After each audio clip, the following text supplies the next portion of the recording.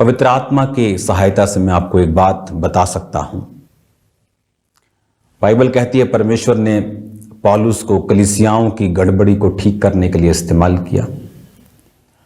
Bible कहती है पौलुस जो था वो ट्रेंड सेटर था। पौलुस जो था वो कलीसियाओं की रीति किस तरह से होनी चाहिए, किस तरह से, अगर आप बाइबल पढ़ेंगे तो उसने कहा औरत को सिर ढांक कर आना, मर्द को कैसे आना, वो सारे सिस्टम की अध्यक्ष कैसा होना चाहिए, असिस्टेंट कैसा होना चाहिए, वो सारे जितने भी सिस्टम उसने वचन में लिखे हैं, अगर आप बाइबल को ध्यान से पढ़ेंगे तो प्रेरित का ये काम था कलीसियाओं को इस्टेब्लिश करना, कलीसियाओं के सिस्टम को सेट करना। मैं आज आपको बता सकता हूं परमेश्वर की आत्मा की सहायता से कि आज कलीसिया को इतना दुष्ट आत्माओं से डरने की जरूरत नहीं है।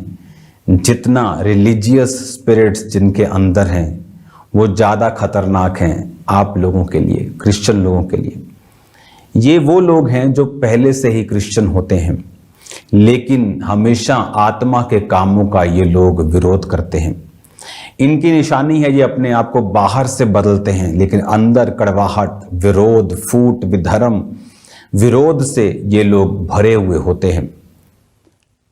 अगर आप बाइबल को पढ़ेंगे, ये स्पिरिट जो थी जो सदूकियों और फरीसियों के अंदर, आज बहुत से लोग हैं जो बहस करते हैं क्या चर्च में नाच कर वर्शिप करनी चाहिए।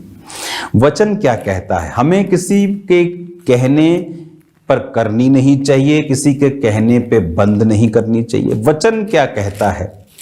अगर हम भजन संहिता लास्ट अध्याय 150 पढ़ें तो उसमें लिखा यह की यानी यहोवा की स्तुति करो, परमेश्वर के पवित्र स्थान में उसकी स्तुति करो, उसकी सामर्थ से भरे हुए आकाश मंडल में उसकी स्तुति करो, उसके पराक्रमों के कामों के कारण उसकी स्तुति करो, उसकी अत्यंत बढ़ाई के अनुसार उसकी स्तुति करो, नरसिंगा फूंकते हुए उसकी स्तुति करो, सारंगी वीणा बजाते हुए उसकी स्तुति करो, डफ बजाते नाचते हुए उसकी स्तुति करो, तार वाले बाजे और बांसुली बजाते हुए उसकी स्तुति करो, ऊंचे शब्दावली झांझ, कीबोर्ड, आनंद के महाशब्दावली झांझ, हाँ, जितने प्राणी हैं सब के सब यह की स्तुति करेगा। था डफ बजाते और नाचते हुए। आपने डफ को ऐसे ऐसे बजते तो कभी देखा नहीं होगा। डफ तो फिर पूरा बजता है खड़ाकेदार। ढोल आपने कभी, बाइबल कहती है सेम स्पिरिट शाऊल की बेटी के अंदर थी, और जब दाऊद परमेश्वर के लिए नाचा तो उसे बुरा लगा और उसने कहा तू क्यों लेडीज की तरह, कंजरियों लिखा एक जगह पे, क्यों नचनियों की तरह तू नाच रहा था। परमेश्वर की उपस्थिति में जब तू नाच रहा था, तेरे कपड़े इधर उधर हो रहे, तेरे टांगे दिख रही, तेरे शरीर दिख रहा था, तू बुरा लग रहा था। उसने कहा वो परमेश्वर जिसने तेरे पिता का सिंहासन मुझे दिया और मुझे और भी बहुत कुछ देने वाला है, मैं अपने आप को नीचा करूंगा। आपको ये धार्मिक आत्माओं से बच के रहना है, जो होते तो क्रिश्चियन ही हैं, लेकिन आपकी लाइफ की बरकत और ब्लेसिंग्स को खत्म करने की कोशिश करते हैं। जब शैतान आपको देख लेता है कि आप मसीही हैं और वो आपकी लाइफ में कुछ बड़ा नहीं कर सकता, आपको मसीह से दूर नहीं कर सकता, आपको वचन का ज्ञान हो चुका है, आपको प्रकाश हो चुका है, आप जीसस क्राइस्ट को समझना शुरू हो चुके हैं, आपको मालूम हो गया है कि ये जीवित परमेश्वर है, फिर वो गलत डॉक्ट्रिन के साथ आपकी लाइफ में एंटर करता है, गलत शिक्षा के साथ एंटर करता है। मैंने बहुत सारे, एक नहीं, मैं आपको लोग मिलवा सकता हूं जो लोग आकर मुझसे मिले हैं और उन्होंने कहा है जब से मेरा बेटा, मेरी बेटी किसी के पास बाइबल स्टडी करने के लिए गई है, तब से वो मुझसे बात नहीं करती, तब से वो हीलिंग पे बिलीव नहीं करती, तब से वो डिलीवरेंस पे करने बाइबल स्टडी गई है। लेकिन एक धार्मिक आत्मा ने, स्पिरिट ऑफ रिलीजियन, धार्मिक नहीं बोल सकते, धर्म की स्पिरिट है जिसके अंदर, जो अभी भी क्रिश्चियन धर्म को फॉलो कर रहे हैं सदूकियों की तरह और फरीसियों की तरह। और उसने कहा कि बहुत सी टेस्टिमनीज मेरे पास है कि जब, और खासकर बेटियां, कि जब से वो गई है, उसने टीचिंग ली है, तब से वो बिलीव नहीं करती, तब से वो मुझसे बात नहीं करती। इमेजिन करो, देने वाले टीचिंग क्रिश्चियन, लेकिन कौन सी आत्मा के? पवित्र आत्मा के नीचे नहीं, धर्म की आत्मा के नीचे। जब आप धर्म की आत्मा के नीचे होते हैं तब आप जजमेंट करते हैं, आप कपड़ों का ध्यान रखते हैं, बाहरी पवित्रताई, लेकिन अंदर क्रोध, ईर्ष्या, जेलसी, विरोध, फूट, विधर्म सब चीजें होती हैं। अब यहां पे क्या लिखा भजन संहिता, परमेश्वर के पवित्र स्थान में उसकी स्तुति करो। कौन सा पवित्र स्थान? आपका प्रेयर रूम, चर्च, खुदावंद की प्रेजेंस जहां पे है। हाँ, डफ बजाते और नाचते हुए उसकी स्तुति करो। शैतान को तब भी पसंद नहीं था। कब? शाऊल की बेटी कहती, तू बड़ा बेकार लगता था जब तू नाच रहा था। हाँ, शैतान को तब भी नाचकर वर्शिप करना पसंद नहीं था, क्योंकि शैतान एक वर्शिपर था। उसे वर्शिप करने की महत्वता के बारे में मालूम है। उसे मालूम है जब एक व्यक्ति वर्शिप करता है तो कौन सी ब्लेसिंग्स के नीचे परमेश्वर उसको रखता है, किस तरह के बंधन उसकी जिंदगी से टूटते हैं। पौलुस और सिलास जेल के अंदर क्या लिखा, ऊंचे शब्द से परमेश्वर की स्तुति कर रहे थे। अब वो बोल सकते थे हम धर्मी हैं भाई, कैदी क्या समझेंगे, आधी रात है, उठ जाएंगे, कोई परवाह की उन्होंने। इसीलिए बाइबल कहती है आधी रात को ही परमेश्वर ने भूकंप भेजा और उनको छुड़ाया।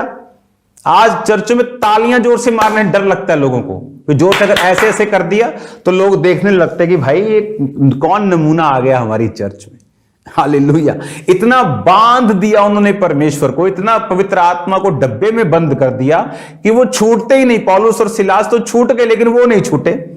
अभी भी बीमारियों के संगल, अभी भी गरीबी उनके घरों में नाचती है, बीमारियां उनके घरों में नाचती हैं, दुष्ट आत्माएं नाचती हैं, नशे नाचते। क्रिश्चियंस के घर में क्यों वर्शिप नहीं करनी आती? आत्मा में अभी भी बंधे हुए हैं, डर लगता है, संग आती, शर्म आती। किसी ने बोल दिया चर्च में नाच के क्या वर्शिप करनी, खुदा दिल को देखता है। अगर वो दिल को देखता तो भजन संहिता 150 बाइबल से कटवा दो,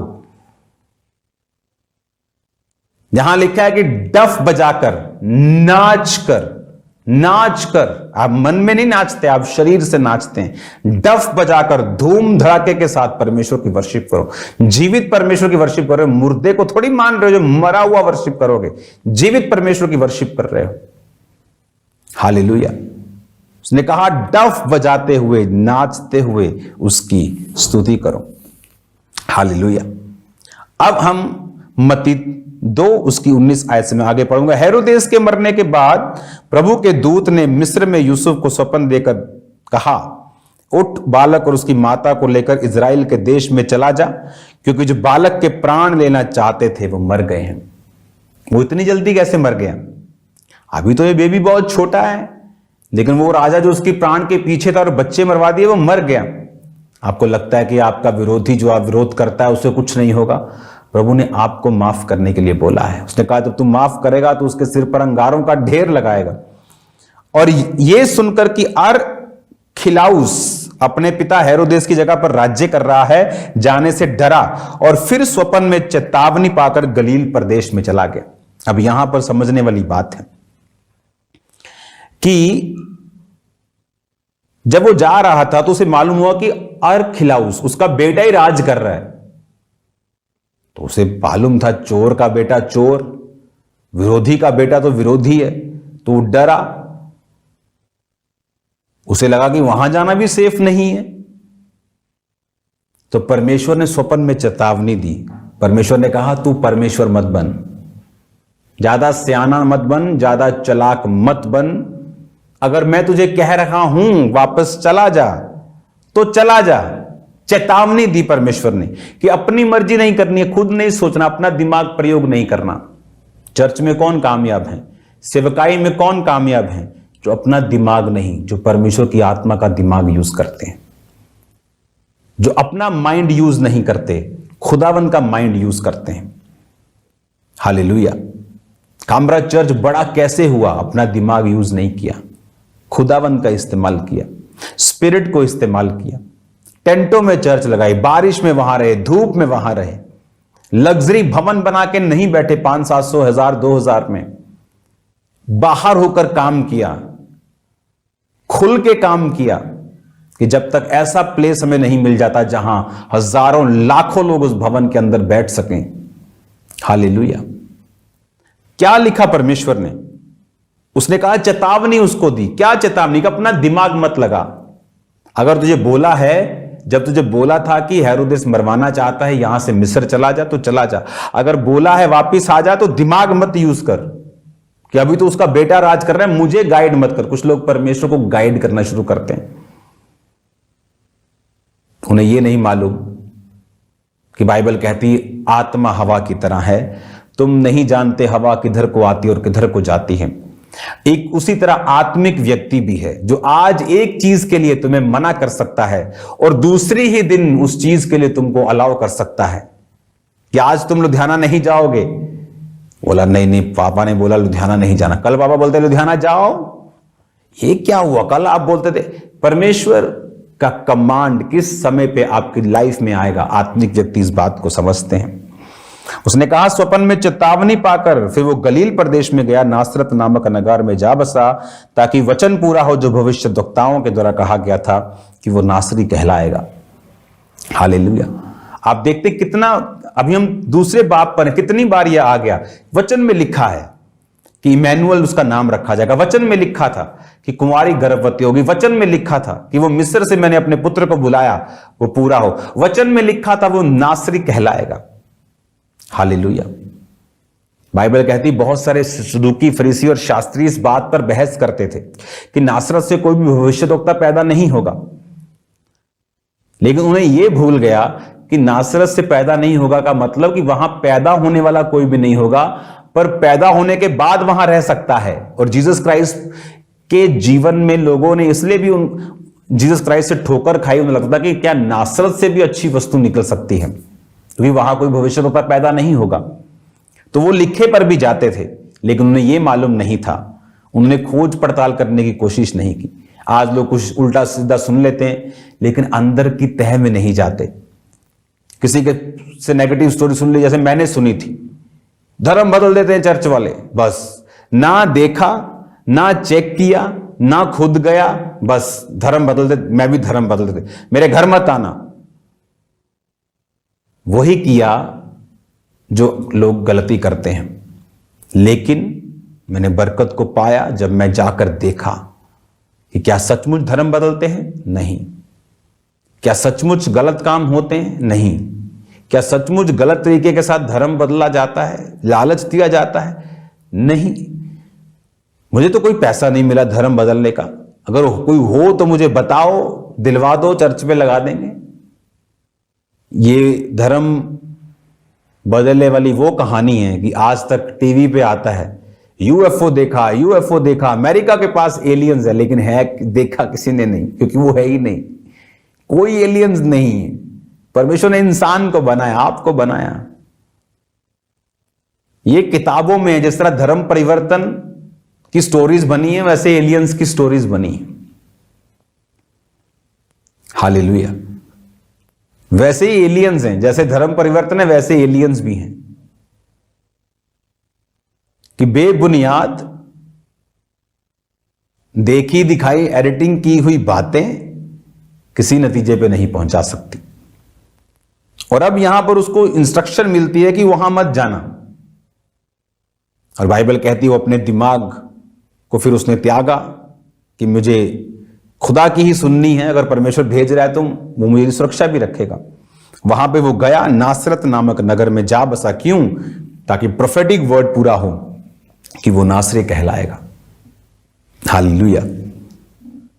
3 अध्याय 1 आयत। उन दिनों में यूहन्ना बपतिस्मा देने वाला आकर यहूदिया के जंगल में प्रचार करने लगा, मन फिराओ क्योंकि परमेश्वर का राज्य निकट आ गया। ये वही है जिसकी चर्चा यशायाह भविष्यद्वक्ता के द्वारा की गई थी। जंगल में पुकारने वाले का शब्द हो रहा है कि प्रभु का मार्ग तैयार करो, उसकी सड़कें सीधी करो। अब यहां पर लिखा हुआ है, 4 आयत भी पढ़ेंगे। तब यूहन्ना ऊंट के रोम का वस्त्र पहने था, अपनी कमर में चमड़े का कटिबंध बांधे हुए था, उसका भोजन टिड्डियां और वन मधु था। अब आपने ये बात को समझ लिया कि बार बार वचन को पूरा किया गया। भविष्यद्वक्ताओं की पुस्तक में मैनुअल के बारे में लिखा था, कुंवारी गर्भवती होगी लिखा था। मत्ती 2:15 में हेरोदेस के मरने तक वही रहा, इसलिए वह वचन जो प्रभु के भविष्यद्वक्ता ने कहा था पूरा हो कि मैंने अपने पुत्र को बुलाया। भविष्यद्वक्ता ने कहा था कि मैंने अपने पुत्र को मिस्र से बुलाया, वचन पूरा हो। नीचे वो नासरत नामक नगर में जा बसा ताकि वे वचन पूरा हो जो भविष्यद्वक्ताओं के द्वारा कहा गया था कि वो नासरिक है। कौन कह रहा है? भविष्यद्वक्ता। किसकी सहायता से? अपनी मर्जी से, आत्मा की सहायता से। एक एक बाइबल का वचन पूरा हुआ। खुदा अपनी टाइमिंग से उसको लेके आ रहा है। मिस्र जाने की टाइमिंग थी, नासरत में रहने की टाइमिंग थी, नासरत से बाहर आने की टाइमिंग थी, प्रीचिंग शुरू करने की टाइमिंग थी, क्रॉस पर चढ़ने की टाइमिंग थी, पवित्र आत्मा उतरने की टाइमिंग थी, कलीसिया का प्रचार करने की टाइमिंग थी, बिखरने की टाइमिंग थी ताकि दूसरी जगहों पे पहुंच सके। और आपको लगता है आपका वीजा नहीं आ रहा, परमेश्वर को टाइमिंग नहीं मालूम। आपको लगता है आपकी लाइफ में ये काम नहीं हो रहा, परमेश्वर को टाइमिंग नहीं मालूम, वो टाइमिंग से बाहर है। उसको सब पता है। वो आपको आशीष देगा, वो आपको बरकत देगा। बने रहो, अड़े रहो, खड़े रहो। वो आपको सेम नहीं छोड़ेगा यीशु मसीह के सामर्थी नाम। आप सेम नहीं होंगे इन जीसस ने। वो आपकी लाइफ को सेम नहीं रहने देगा। आप बरकतों को पाएंगे। आप परमेश्वर की योजनाओं के नीचे हैं, आप आशीषों को देखेंगे। उसमें बने रहें, उसमें खड़े रहें।